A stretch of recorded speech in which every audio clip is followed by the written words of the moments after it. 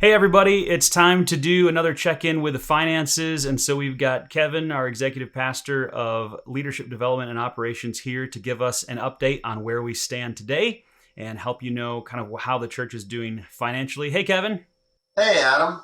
good to see you, man. Hey, it's good to be here. Looks like it's nice and sunny where you are. It is very nice and sunny here in the remote offices in Wildwood. And I think a lot of people have been using remote offices this year. And so, yep, it's beautiful. Yeah, I'm in my remote office. It's like 70 some degrees outside. So I don't know what's going on with this November, but it is beautiful. I'm loving it. Yep.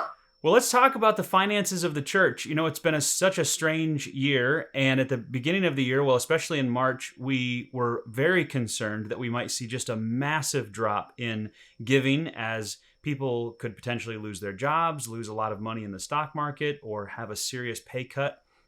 And certainly many of those things have happened for people in our church family, and so we've been praying for them and hoping to see them, get some of them have been restored as far as their salaries are concerned. Some of them have gotten new jobs. Some are still looking, so we want to keep praying for that. But obviously, all of that has an impact as well on the support of the church financially. So we're here to give you another update on how the church is doing financially. And so, Kevin, I'm going to turn it over to you and just ask you if you could give us kind of a general overview of how we are doing at First Free Church on giving this year and expenses and what that has looked like for the last 10 months or so. Yeah, I'm glad to. I want to start with just an overall context of the faithfulness of God and the reliability, the continued stewardship of our congregation. It's been amazing. And as we talk through details on our financial situation, it's really important to keep in mind that God's in control. God is meeting our needs, and we continue to look to Him for guidance and direction. And that our congregation has been amazingly consistent and faithful. And so I'm going to show you a chart with some numbers in a little bit, and you will see that while we've seen a drop off, that the giving has been very faithful and very consistent. In fact, for the first 10 months of the year, we are right at 86 to 87% of what we had budgeted for giving to the general fund. And with everything that's happened with the pandemic and with all of the factors that you mentioned, I find it remarkable that we're at 86, 87% of what we had budgeted, knowing that usually our budget's a little bit stronger than what we would expect. And so that's really great support from the congregation for the ministries at First Free.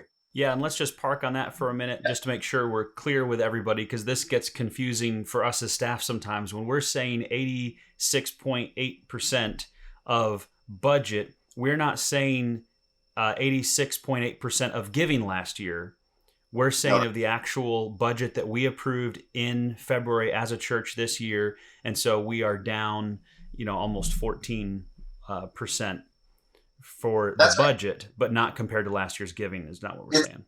It's probably good to remind people of how we use those terms too, because the budget that we set and approved at the annual meeting in February is what we will spend if the giving comes in.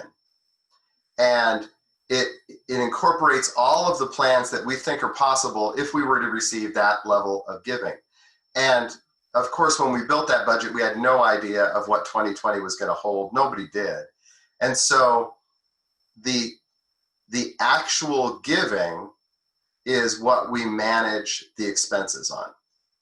Or to say it another way, we do everything we can as ministry leaders to manage our spending to be in line with what's actually coming in. Exactly. And what we found this year is that our ministry leaders have been phenomenal in that case. And even wrestling with all of the different disruptions and uncertainties and changes in going from live to online, or not having programs, or not going to Colorado or Wisconsin for camps, even with all of those changes, our ministry leaders have been able to continue to minister to the communities that they serve, and at the same time bring expenses in line with the giving.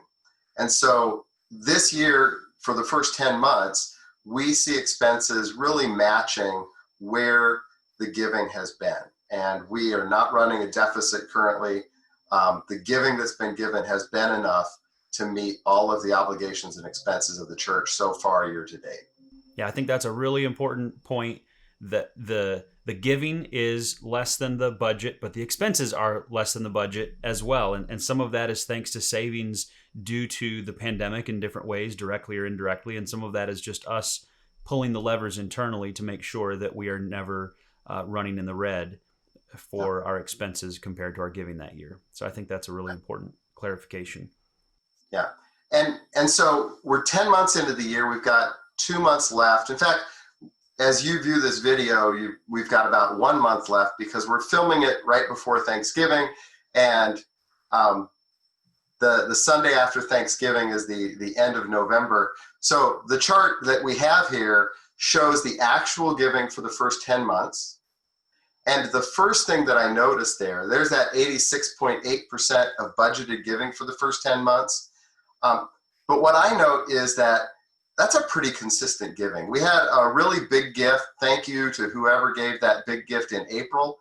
But if you look at those bars, they're all between 200 and 250,000 per month, with the exception of April. And that's great. That really reflects the consistency and the faithfulness of our congregation. What you see in the light blue bars is what we've calculated would be needed for the November and December giving to meet all of the expense obligations that we have to close out the year, and what we call a break even. And before you panic and say, oh my goodness, look at December, it's important to point out that our church gives in two different ways. Many of our givers give on a weekly, every other week, or monthly basis throughout the year. And then a big section of the people who support the church and who have supported the church faithfully for years give in December. They give at the end of the year. That's the way that they budget their own finances and they work through. And so we typically see 2 or more times a normal month giving in the month of December. And so that $420,000 bar that's sitting there in December that looks giant compared to the rest is actually about 79 or 80% of what we had budgeted for December.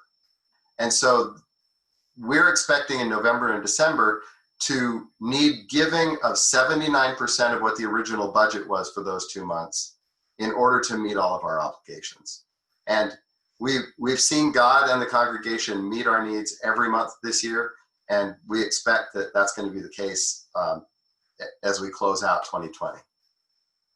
Yeah, absolutely. Our final month is worth about 2 normal months of giving, right? That's usually kind of how it works. And there are people who have good reasons for why they would wait till the end of the year to kind of determine what's happening with their investments and other income that they would have. And so that's why they give at the end of the year. Some people will even out their giving, even though they have a situation that warrants giving at the end of the year, by contributing to a donor advised fund. And that allows them to still make the contribution at the end of the year when they know what it needs to be, but then they can spread it out throughout the year and get the benefits of both sides of things there. So that's one way. If somebody wants to know more about that, I think they could probably contact you and learn a little bit more about how to make that happen, right? Yeah, absolutely. There's 2 really easy to get to resources. As you said, they can reach out to me. I'm Kevin at efree.org. It doesn't get any easier than that. And Michelle Lehman, who really coordinates all of the contributions and the mechanisms and how things work with different giving approaches, is at giving@efree.org. Okay. So those are 2 really important emails. If you've got questions, please reach out to either of those places. We'll get you the answers. And it's exciting to see how people have moved in that direction. Yeah. And I wonder if you could give us some update on some of these other projects that we've had this year too. Like because those are very exciting. The roof and the sound system, which just went in a couple weeks ago and sounds incredible. If you have not had a chance to come and listen in person to the worship now, wow, it is a totally new experience. But then also the speaker or the screens and the projectors are new, and we are working on the carpet still. Kind of where are we at on those, and how are we doing financially even with those projects? Yeah, I knew you were going to bring up the carpet. Thanks, boss. So we've got the general fund giving, but in addition to that, at the beginning of the year during our annual meeting, we placed in front of the congregation a plan for 3 big capital projects. And you mentioned them. They're the roof, they're the upgrades to the auditorium sound and screens, and then the carpet in the lobby and the auditorium. And 2 of those 3 have been completed, and we're really happy with it. The carpet has taken longer than we had anticipated, and we're still pushing forward with that. By the time we placed the order for the carpet we'd chosen, somebody else had probably bought the carpet that was there when we looked at it. And so the good news is that they're manufacturing brand new carpet for us, and we're waiting probably another couple of months. But I promise you that early in 2021 we'll have new carpet. And one of the guys on staff pointed out that, that just means it's going to last that much longer because it hasn't been installed early in 2020. And Boy, so that's the glass half full. that is the glass. We work with optimists around here. That's right. So those have all come in, and we put in front of the congregation the opportunity to give directly to those capital projects. And then almost immediately after our congregational meeting, the pandemic hit, and we thought that our goal of $100,000 from the congregation seemed probably like a pretty far stretch. But in another example of the amazing generosity of the people that call First Free Home, we've raised over $95,000 toward those capital projects just in the first 10 months. That's incredible. And we're keeping the opportunity to give to those projects open through the end of the year, then we'll close it off. But it really reduced the amount that we had to borrow to make sure that we keep our facilities in top-notch operating condition.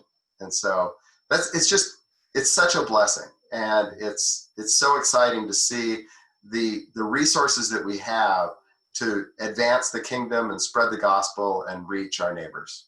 And it's so worth it. I mean, before the pandemic, if you were at the church very often, you could see the leaks coming through the water. We had buckets everywhere to try to catch things. It was just an old leaky roof. And now there's none of that. I mean, there are no leaks anywhere. Everything is dry, looking great. Of course, the carpet has lots of stains in it, some of it from the water leaks, some of it from other random things in ministry use.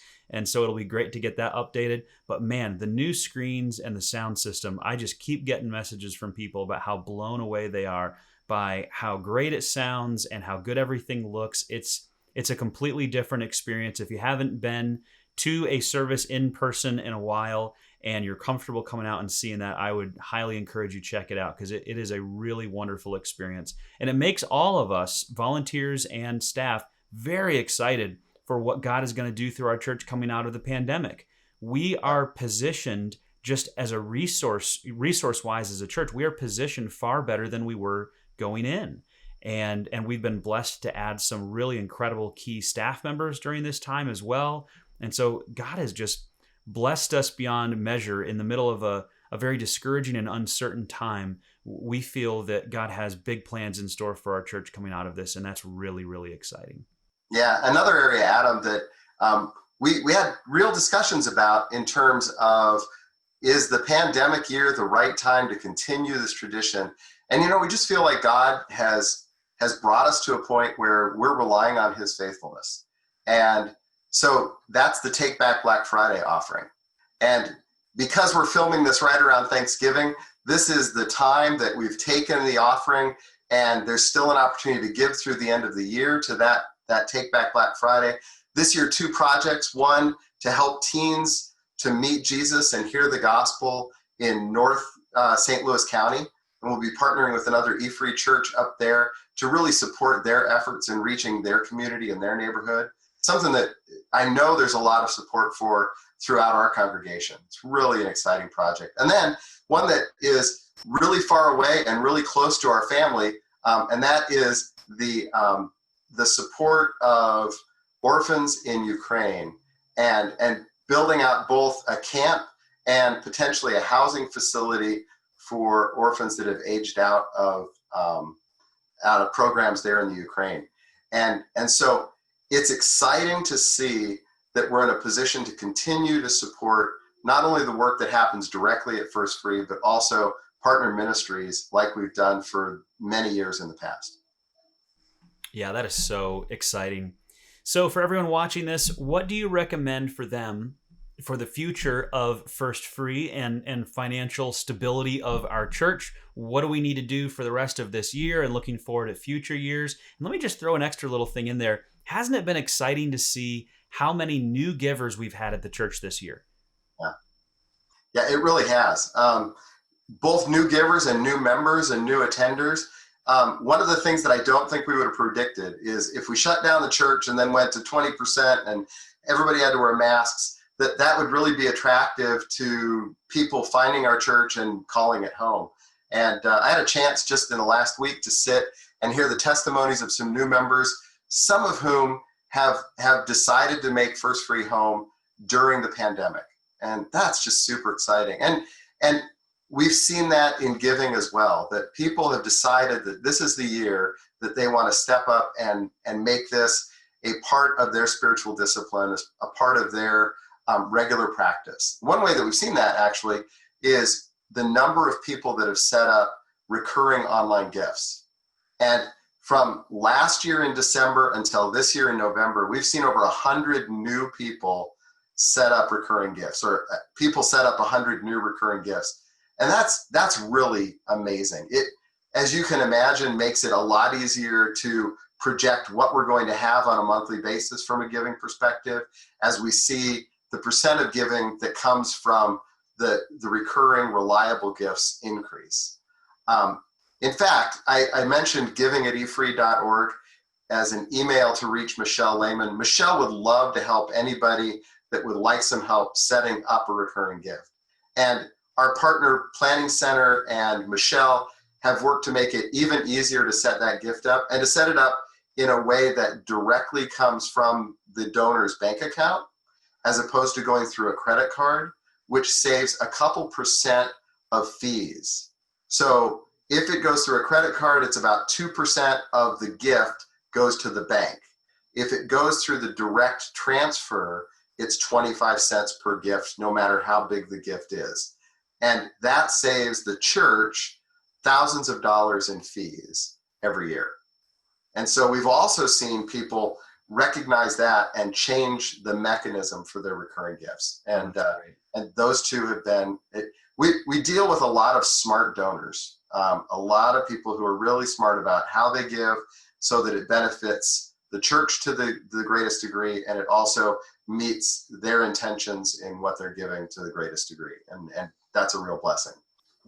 You know, another thing, Adam, that I would encourage our congregation to do is to be on the lookout for people in our congregation or people in our community that are in specific financial needs during this pandemic.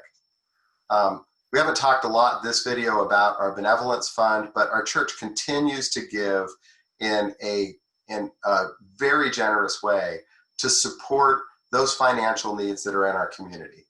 And so we rely on our church members to let us know when there are needs that they're aware of. And the best way to do that is to encourage the person in need to reach out to the church directly through our receptionists. They're trained to take those calls in a confidential manner and get them to the right people to see if there's a way that the church can help them in their situation.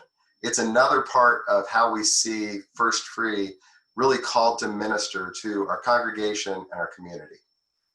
Absolutely. And we have seen our benevolence fund help a lot of people this year, and they can help more. So please do send people our way if you know of more needs that are out there.